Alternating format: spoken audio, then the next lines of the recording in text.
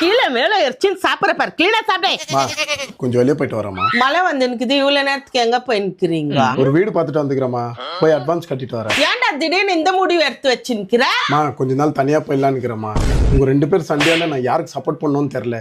ஒண்ணு உனக்கு சப்போர்ட் பண்ணா இது கோச்சுக்குது, இதுக்கு சப்போர்ட் பண்ணா நீ கோச்சுக்கிற. என்னால இந்த ப்ரெஷரால என்னால தாங்கவே முடியலம்மா. நான் கொஞ்ச நாளைக்கு என்ன வெளியே இருந்துட்டேன். ஏன் உன் பொண்டாட்டி என்ன அவ்வளவு கொடுமை கொடுத்த நீ நினைச்சுக்கிறியா? நல்லது சொல்லி கொடுக்கறது தப்பாடா.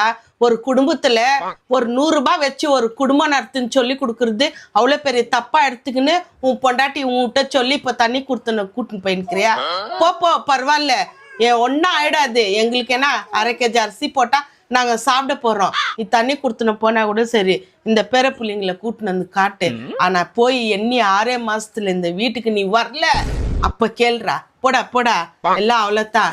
பெத்துந்துக்கு இது ஒரு கடமை தான் நீங்க பண்ணிருக்கிறீங்களா?